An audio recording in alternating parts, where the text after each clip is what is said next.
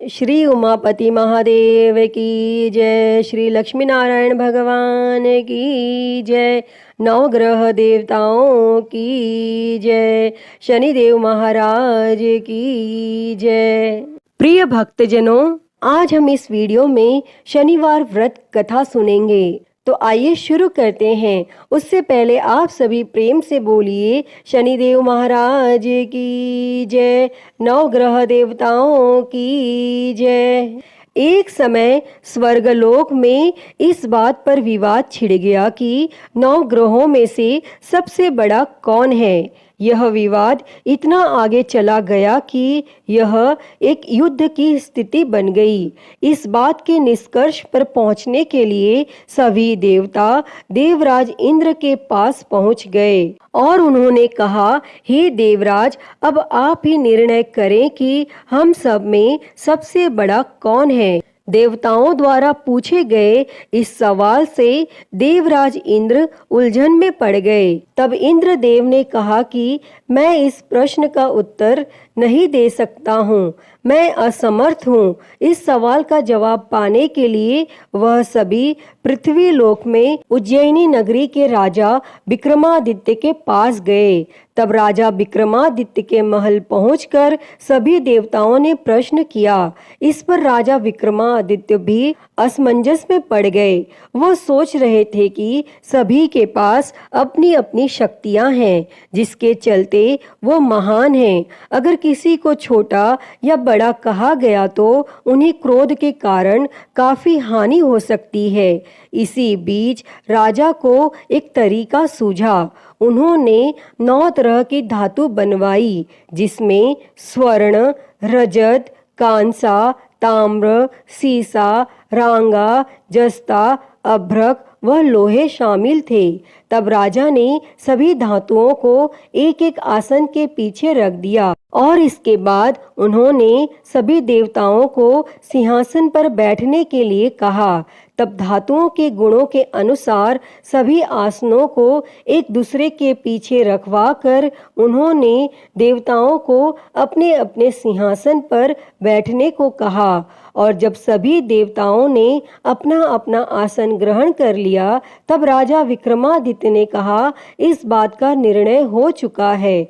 जो सबसे पहले सिंहासन पर बैठा है वही बड़ा है। यह देखकर शनि देवता बहुत नाराज हुए। उन्होंने कहा, राजा विक्रमादित्य, यह मेरा अपमान है।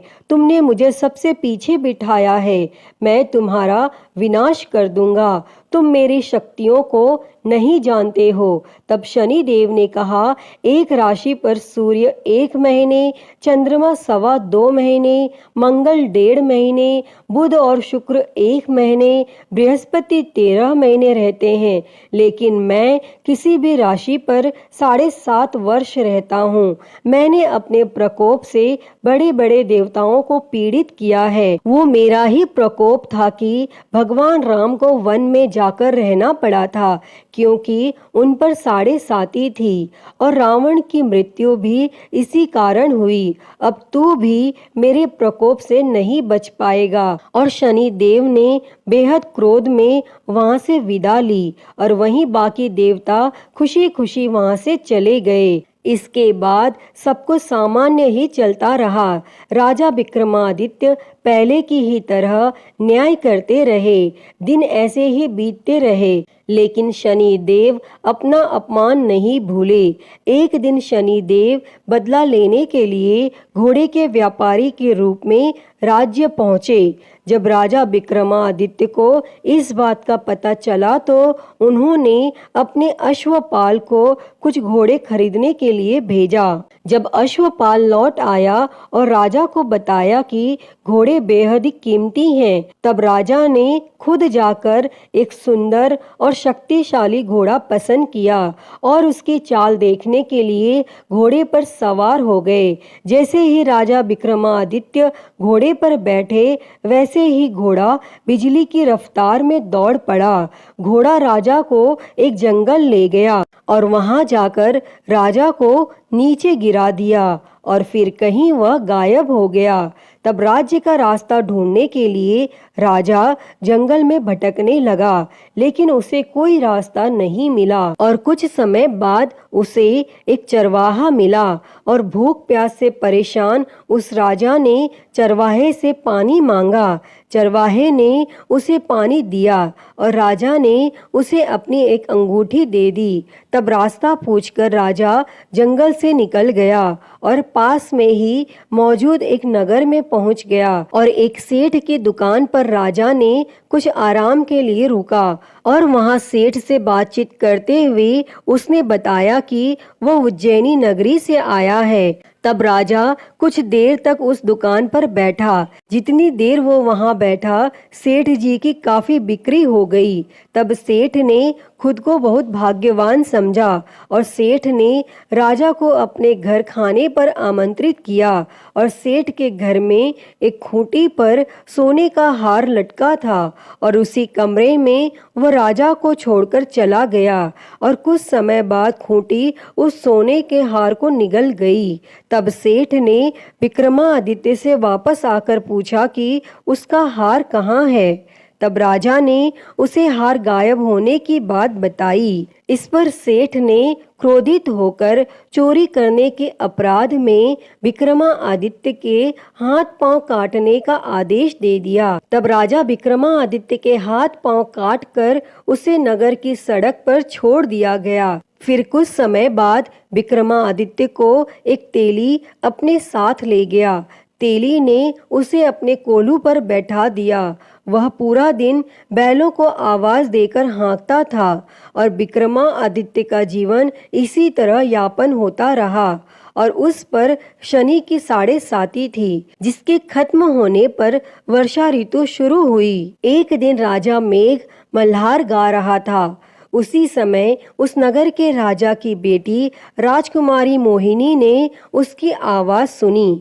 उसे आवाज बेहद पसंद आई। मोहिनी ने अपनी दासी को भेजकर गाने वाले को बुलाने को कहा और जब दासी लौटी तो उसने अपंग राजा के बारे में मोहिनी को सब बताया।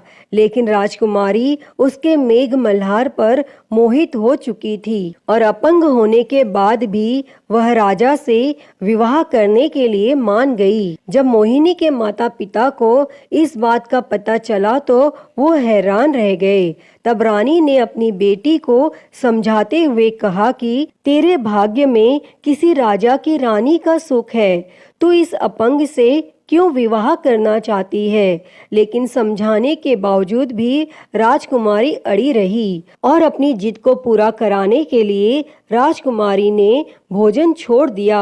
तब अपनी बेटी की खुशी के लिए राजा रानी अपंग विक्रमादित्य से मोहिनी का विवाह कराने के लिए तैयार हो गए और दोनों का विवाह हुआ और वह तेली के घर रहने लगे। और उसी दिन विक्रमादित्य के सपने में शनि देव आए। उन्होंने कहा कि देखा तूने मेरा प्रकोप। तब राजा ने शनि देव से उसे क्षमा करने को कहा और उन्होंने कहा कि जितना दुख आपने मुझे दिया है उतना किसी और को मत देना। तब इस पर शनि देव ने कहा, राजा मैं तुम्हारी प्रार्थना स्वीकार करता हूँ।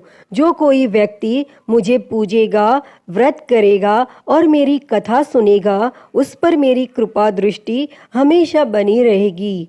सुबह जब राजा विक्रमादित्य की नींद खुली तो उसने देखा कि उसके हाथ पांव वापस आ गए हैं और उन्होंने मन ही मन में शनि देव को नमन किया। और राजकुमारी भी विक्रमादित्य के हाथ पैर देखकर हैरान रह गई। तब राजा ने शनि देव के प्रकोप की कथा सुनाई और जब सेठ को यह बात पता चली तो वह तेली के घर पहुंचा। उसने राजा विक्रमादित्य से उनके पैरों में गिरकर माफी मांगी। तब राजा ने सेठ को माफ कर दिया और सेठ ने राजा से उसके घर जाकर भोजन करने के लिए कहा। और भोजन करते हुए अचानक से ही खूंटी ने हार उगल दिया और सेठ जी ने अपनी बेटी का विवाह भी राजा के साथ कर दिया और सेठ ने उसे स्वर्ण आभूषण धन आदि देकर राजा के साथ विदा कर दिया। तब राजा विक्रमादित्य अपनी दोनों पत्नियों यानी राजकुमारी मोहिनी और सेठ की बेटी के साथ अपने राज्य उज्जैनी पहुँचे। सभी ने उनका स्वागत किया। इसके बाद राजा विक्रमादित्य ने पूरे राज्य में घोषणा करते हुए कहा कि आज से शनि देव सब देवों में सर्वश्रेष्ठ माने जाएंगे और साथ ही शनि देव का व्रत करें और व्रत कथा जरूर सुनें। यह देखकर शनि देव बहुत खुश हुए। व्रत करने और व्रत कथा सुनने से शनि देव की कृपा रहने लगी और लोग आनंद पूर्वक रहने लगे। अतः हे शनि देव जी, जैसी कृपा आपने राजा विक्रमादित्य पर की, वैसी ही कृपा इस कथा को कहते, सुनते और हुंकारा भरते पर करना। तो बोलिए शनि महाराज की जय, नवग्रह देवताओं की जय। प्रिय भक्तों, तो मैं उम्मीद करती हूँ कि आपको यह कथा पसंद आई होगी और अगर वीडियो अच्छी लगी हो तो इसे लाइक करें, ज़्यादा से ज़्यादा शेयर करें और कमेंट में शनिदेव की जय लिखना ना भूलें और हरिहर भक्ति चैनल को सब्सक्राइब कर नोटिफिकेशन बेल को ज़रूर ऑन कर लें। हर हर महादेव। धन्यवाद।